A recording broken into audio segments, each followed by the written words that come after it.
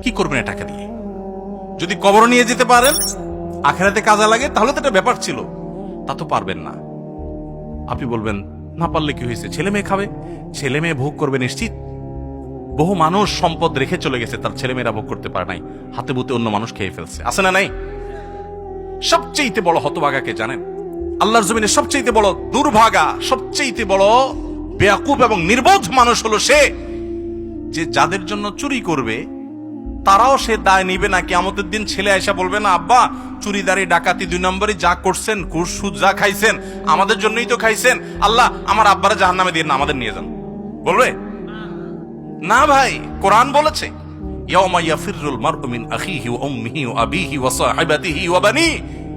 সন্তান বাপকে দেখে মাকে দেখে পালাবে, যে না জানি আজকে কোনো কিছুর জন্য ধরে। সবাই ইয়ানফসি করবে। যাদের জন্য চুরি করবেন ওরাও দায় নিবে না।